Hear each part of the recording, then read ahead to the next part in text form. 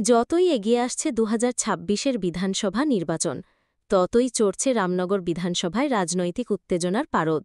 তৃণমূল কংগ্রেসের মধ্যেই এখন গোষ্ঠীদ্বন্দ্ব তুঙ্গে। একে অপরের বিরুদ্ধে দোষারোপে ব্যস্ত দলের একাধিক নেতা।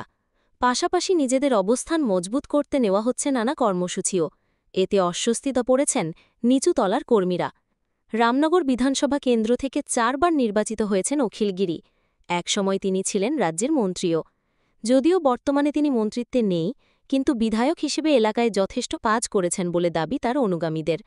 সেই কারণেই ২০২৬ সালের নির্বাচনে প্রার্থী পদ নিয়ে শুরু হয়েছে তৃণমূলের অন্দরে সংঘর্ষ। কে টিকিট পাবেন তা নিয়ে শুরু হয়েছে জল্পনা কল্পনা। এই বিষয়ে রামনগর ১ নম্বর ব্লকের পঞ্চায়েত সমিতির সভাপতি নিতাই চরণ স্যার এবং পঞ্চায়েত সমিতির খাদ্য কর্মাধ্যক্ষ শেখ জহিরুল একযোগে বলেন, যে যতই বলুক শেষ সিদ্ধান্ত নেবেন রাজ্যের নেত্রী তথা মুখ্যমন্ত্রী মমতা বন্দ্যোপাধ্যায় এবং যুব নেতা অভিষেক বন্দ্যোপাধ্যায়। কে কাজ করেছেন তা রাজ্য জানে, কে টিকিট পাবেন সে সিদ্ধান্তও রাজ্য নেবে।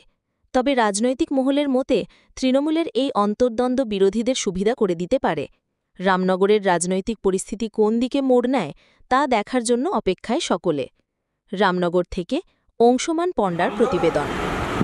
১৯৯৮ সালে সারা ভারত তৃণমূলকে জন্ম দিয়েছিলেন বাংলার মামাটি মানুষের মুখ্যমন্ত্রী শ্রীমতী মমতা বন্দ্যোপাধ্যায় সুপ্রিমো এবং আমাদের প্রত্যেকের আজকে আইকন পশ্চিমবঙ্গ সরকারের সারা ভারত তৃণমূল কংগ্রেস সাধারণ সম্পাদক অভিষেক ব্যানার্জি।